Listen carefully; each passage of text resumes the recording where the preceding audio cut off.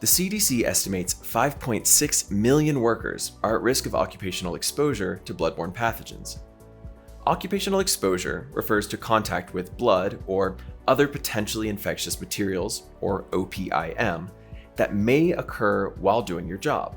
This contact can occur through the eyes, mouth, other mucous membranes, non-intact skin, or through parenteral piercing of the skin by needle sticks, human bites, cuts, or abrasions. Other OPIM include bodily fluids that can contain blood, saliva in dental procedures, all body fluids that are difficult to identify, and cell, tissues, or organs from humans or infected experimental animals. While it's obvious that healthcare workers are at risk, such as dentists, doctors, and nurses, there are many other occupations that are also at risk.